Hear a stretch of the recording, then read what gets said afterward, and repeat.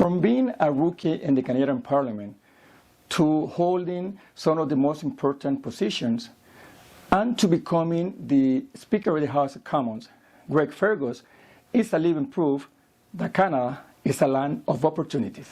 Welcome, Greg, to Quienes, Somos. Thank you very much for always willing to make time in your busy agenda to join us today. Danilo, it's always a pleasure to be with you. Thank you. As we know, Fergus, Mr. Fergus, Greg, Canada is a land of immigrants. Canada is a land of opportunities. A lot of people know you in the community, Ottawa, Gatineau, and your writing, and across Canada. But a lot of people don't know what's your background. Even myself, at the beginning, I thought that you were from Jamaica, but I heard that you're not from Jamaica, or your background is from Jamaica. So what's your background? Well, I'm born in Canada, but my parents came from the West Indies. My mom came from Jamaica, and my dad came from this small little volcanic island called Montserrat. It's probably smaller than it's certainly smaller than the city of Gatineau, and it might be smaller than Elmer. Wow. Yeah. The whole island? The whole island. No, maybe I shouldn't say that. Maybe Hull and Elmer put together. And I believe that the volcano destroyed the capital not too long ago, exactly. In 1996, the volcano erupted. So it wasn't lava, but there was the ash. It's called a pyroclastic ash. Anyhow, it erupted, and now the town in which my dad was born is covered under 12 feet of ash. Oh, ash. And the capital city is covered under 3 floors of ash. So all you see now, because my dad and I went back in 2018. Oh, you went back to Went back I was about to ask you, have you ever gone back? What about Jamaica? Have you been to Jamaica? Well, I've been to Jamaica several times. Oh, that's and okay. all the Fergus men ended up marrying Jamaican women. So I have a lot of relatives in Jamaica. Oh, there you go. Well, so now I know people were asking me, where is that Greg from? There you go. And well, now you know. It's, now you know. But you were born in Canada, right? Yeah. Now, Greg, you've been very successful in your political career, from being a rookie to now as the Speaker of the House. What triggered you to enter the political scene? You know, that's a big question, one which I've asked my parents and asked my dad, he's the only one living, again and again, when did I develop the political bug? And he says, I've just always had it. It's one of those things. I think it really came clear to me when I was 11 years old. There was the Quebec referendum, the first one in 1980. And I really wasn't, you're 11. You're not part of the world of adults. Yeah. But I really noticed that something was going on because all the adults were speaking about this referendum. They were talking about it at the grocery store, they were talking at the parks, they were talking about it at schools, they were talking about it in backyards. Everybody was talking about it. So to me, it made me realize, one, politics is important. Second, around that time, some friends and I were playing baseball in a parking lot out just behind a friend's house. And we went in for lunch, and there was a Jerry Lewis telethon going on. What is it? The Jerry Lewis telethon raises money for muscular dystrophy. And we said, hey, people seem to be raising money. Why don't we try raising some money? So somebody had a bright idea, took a empty coffee tin from a couple of empty coffee tins from my friend's house, and we went to the street corner collecting money. Oh, wow. And it was in the West Island of Montreal, and we raised $800, which was a lot of money, right? Back in those days. So we took that money to the local muscular dystrophy place and gave it in the local telethon, and people said, that's amazing, thank you so much, that's wonderful, why'd you do this? And we said, because we saw the telethon. And they said, that's just fabulous. So you got into the involvement in the community, I guess. Yeah, so we did something for the public that we had no interest and had no self-interest in it, and it was, people appreciated that. So I made another connection, that being of service is a good thing.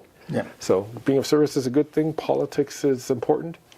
It was just natural. As a politician, you're serving your community, right? From there, I just developed this interest in Canadian federal politics, and it's never left me. What are the greatest accomplishments that you may have reached, that you feel that you can say is my greatest accomplishment as a person and as a politician? Well, as a person, it's certainly my kids. Not that I had much to do with it. They are just really good people, and I'm very proud to have had some influence in who they are. Everybody loves their kid, I love my children, but I also like my children. I like hanging out with them. They're good people and they're fun to hang out with. So that's probably my greatest accomplishment. But politically, I think there are two things which are pretty big for me. The first one is helping craft the declaration that we made after the George Floyd killings. Oh, I see. I was co-chair of the Parliamentary Black Caucus, and we put together a real big roadmap on how to end discrimination in Canada, not only for Black Canadians, but for all. And it quickly was quickly adopted by the federal government as its method, its plan for going forward. It's been imitated by provinces. People refer to it without even knowing where it came from, and it just made me very proud that had an important effect. And I think we're changing Canada for the better. My second thing that I hope to be proud of is the tramway project in Gatineau.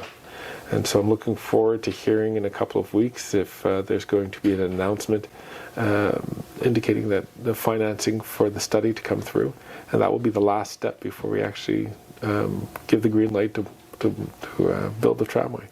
To me, that's an important contribution to my community of Hull Elmer, my community of my region here in the Outaouais in Western Quebec.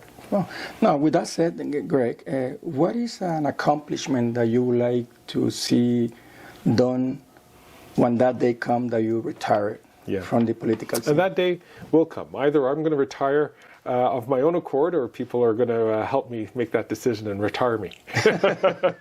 No, but what's still left to do? I think there are a couple of things that I would really love to see done. I would like us to I'd like to know that we've broken the back of our greenhouse gas emissions, and that we're creating a more sustainable economy than what we have, what we can't afford to continue doing now.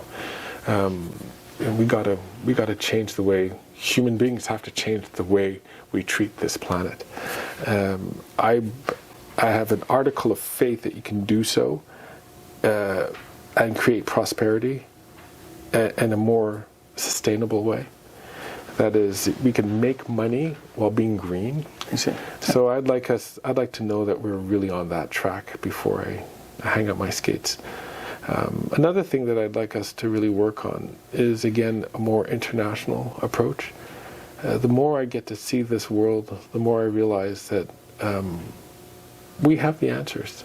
Canada has the answers of how we can make space for people from whatever background they have.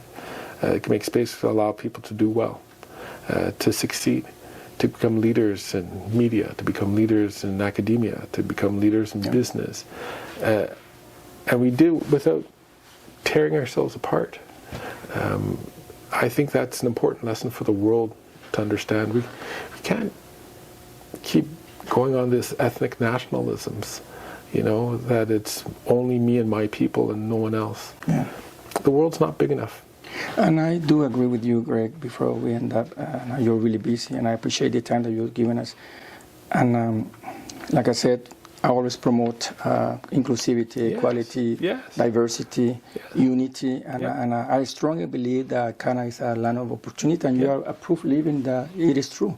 Because look at you. Canada has given me a lot, and I'm a very imperfect person, and it's still given me a lot. Yeah. And I think that's the model for everybody, right? I have been following your political career since you were elected in 2015. And back in time, I believe during when you were elected in 2015, I was reading this article by, I believe it was the Ottawa Citizen. And it really captivated my attention and probably, do you recall who said this to you, that you said it to the journalist? We cannot give you money. Yeah, my parents. We cannot give you connection, but we can give you an education. I love that part, and I wanted to say it publicly because I strongly believe that education is a key, is passport to contribution to a better life. It is the only way we can all really do well. That's the ultimate level playing field. because it means it doesn't matter who you are, who you're born to. It doesn't matter who you love or what you look like. It doesn't matter who you pray to or if you pray at all. It just says what you have between your two ears, that's all that matters. Exactly. And you and I can compete that way, right? And because my parents, when they came to this country, they didn't come with money. They didn't come with connections. Exactly. But what they could do is that they knew how to work hard, work smart, and they made sure that their kids all got an education. The rest is up to us. Exactly. Well, Greg has nothing left to say, but thank you again for fitting us in your busy agenda. Thank you. I wish you nothing but blessing and prosperity to you, your family, and the Likewise to you. best in your political career. And I hope that those goals that you hope for become a reality before you hang up. Thank you, my brother. Gloves. Thank you again. Really appreciate it.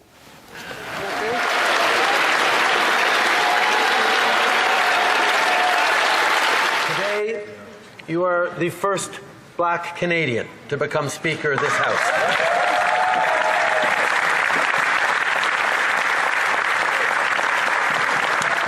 Inspiring for all Canadians, especially younger generations who want to get involved in politics. Congratulations. This House is the home of Canadian democracy. Members of Parliament come from every corner of the country to represent their communities.